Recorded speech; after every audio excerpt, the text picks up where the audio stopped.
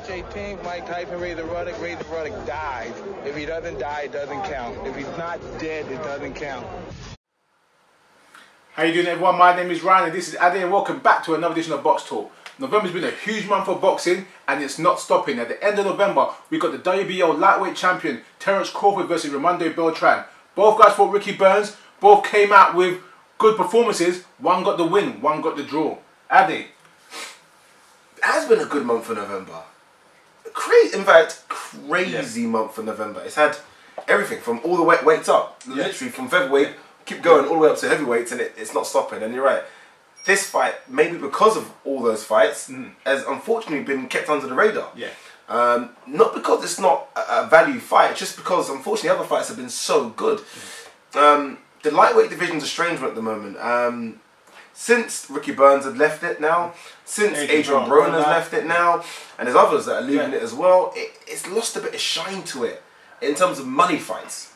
In terms of money fights. Gamboa, the names have gone. Yeah, exactly. Gamboa's the name, but he's a muscled up lightweight. He needs to go back down in the weight. So unfortunately for these guys, although it's a fantastic matchup of two fantastic styles, it's not going to get the, if you like, the press clippings and the coverage it deserves.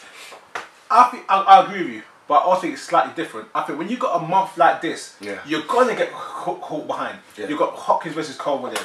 You've got Vladimir Klitschko, the unified, undisputed heavyweight champion fighting. Pacquiao. You got Pacquiao fighting. You got Ricky Burns. You got Cavalier and Tony Bellew. Eubank Jr. So you got such a stacked card. It's kind of pushed it away. But what it doesn't take away, like you said, it's a tremendous match. It's a great clash of styles. You got the boxer versus the pressure fighter. You got two guys that, in my opinion, beat Ricky Burns. One beat him more convincing than the other, but I think there were two different fighters at the time they fought each other.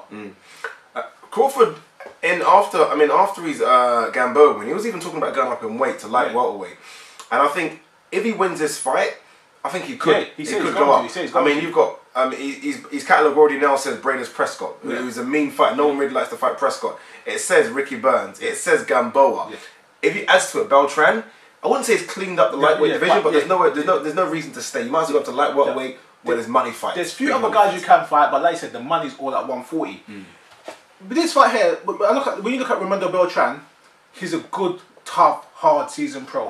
I love that word seasoned pro. When I say seasoned pro, a guy that's been through the trenches, fights anyone, even takes short notice fights. He good with sparring Manny Pacquiao, part of the wild card camp. He knows how to fight. He knows how to box. He knows how to do certain things. And even though he got the draw with Ricky Burns, to me he fought a better Ricky Burns than Terence Crawford. 110 million %. Ricky Burns was still Ricky Burns. He had the doubts over the fight he had before, but he was still Ricky Burns. Wasn't it not him that broke Ricky Burns' jaw? He broke Ricky Burns' jaw. But before that, he had the fight with the Gonzalez. Pedro Gonzalez. But basically, Ricky Burns was still the champion. Everyone knew Ricky. They had a tough fight, but that was Ricky Burns.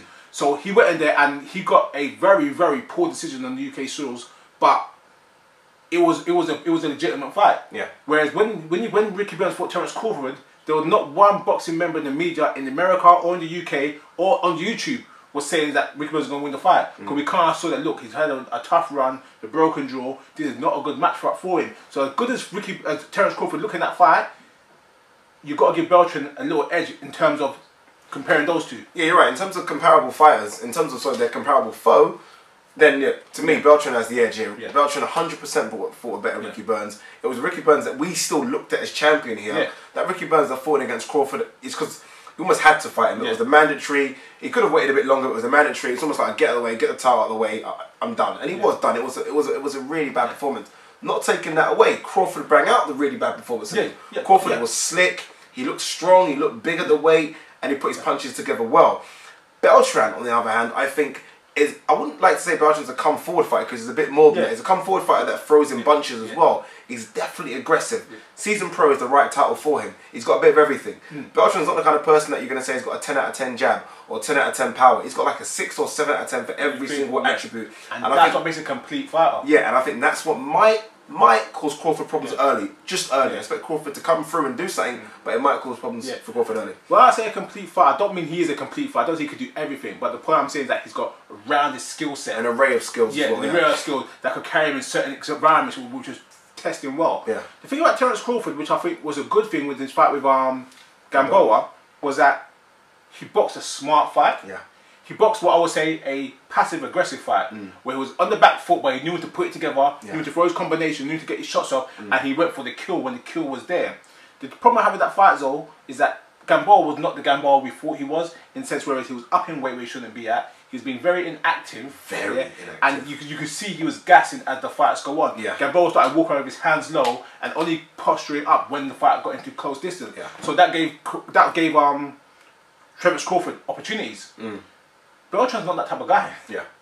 Beltran's not going to walk around with his hands low. He's not going to get tired easy. He's going to be on you from the get-go. So Terence Crawford's got to really come out there and use his skills aggressively. Hunger and will is sort of two things that are chucked in boxing a lot. Beltran's hunger. I remember after the decision for the Ricky Burns fight, I was always talking about a rematch. Ricky Burns' team were never going to give him the rematch. But I was always talking about that. Let's not forget as well, he was Pacquiao's chief sparring partner in Pacquiao's era. And what I mean by that is, I mean the era of 4 years ago when Pacquiao was dominant and knocking everyone out. This was a chief sparring partner. This guy's been there and seen it and done it and all. Crawford, I like Crawford as well, but I don't know if Crawford's got that mean streak. I don't know what it is. He needs... you can have the skillful boxing. Even when Mayweather was an elite skillful boxer, not that he's not elite boxer now, but in terms of the way Mayweather used to put it together. Mayweather used to knock people out. When he used to go for stoppages. He used to go for it. Again, when he was a lightweight. Yeah. I don't know if Crawford does that as much. I don't know if he's got a spite. And I think he might need something to deter Beltran. I think Beltran's got a bit of spite about him. And I don't think Crawford's got the punch power or the spite to deter him. I agree with you, because when he hurt Gamboa, Gamboa was clearly spent force. Even the comedy was saying, look, Gamboa's suffering now, he's feeling it now. So everyone knew, if you have a dedicated eye or listen to the commentary, you all saw he was watering.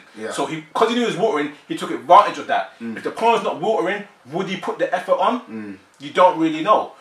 What I'll say, the thing what I'll say about this fight, what makes it very interesting is that as much as they're two different skill sets. Completely. One's slick, one's fast, one likes to box. One is not as fast, not as slick, but he's tough, he's gritty, he's grinding, he's hungry, and he really feels that that title, the world champion. Yeah, should be the world champion. You think Crawford's got my title? Yeah. I beat Ricky Burns first. Yeah. So you know it brings a good dynamic into the fight, which, like I said, it'll be overshadowed, but hopefully by fight week, people will be saying, guess what? This fight could be a fight that could steal all the fights of this month. Okay. Look, how does it play out? Honestly and truly, I don't know.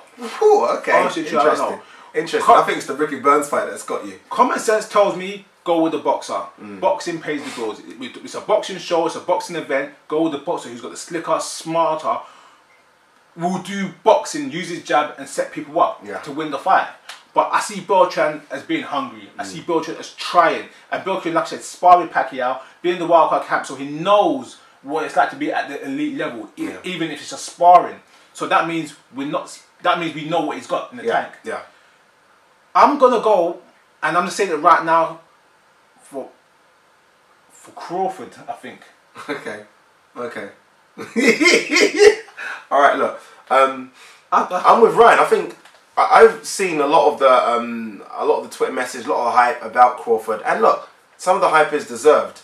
But his two biggest wins for me have come against a Ricky Burns that didn't really want to be in there, and a Gamboa that's a muscled up strawweight. I'm not even going to give him a featherweight. He's a muscled up strawweight. Does that take away the performance levels for me? It does a little bit.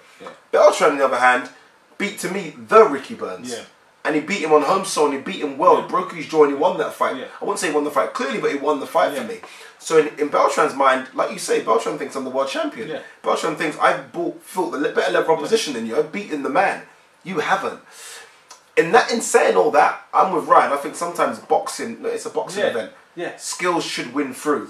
And I think if Crawford boxes, he wins the fight. If Crawford gets involved, like he did a bit with Gamboa, then Beltran's a lot stronger, a lot bigger than Gamboa, and I think Beltran can cause problems. If Crawford boxes, I think it's close from maybe 1 to 7, then Crawford kind of wins it with the later rounds. If Crawford tries to rumble and jungle with him, he could be in trouble here. That's what I'm thinking. I'm thinking that when I'm thinking the fight strategically, I'm seeing Beltran winning the first half of the fight. Because he's going to be more aggressive, on his toe. He's not going to give Crawford a chance to set his rhythm, set his pace, set his jab.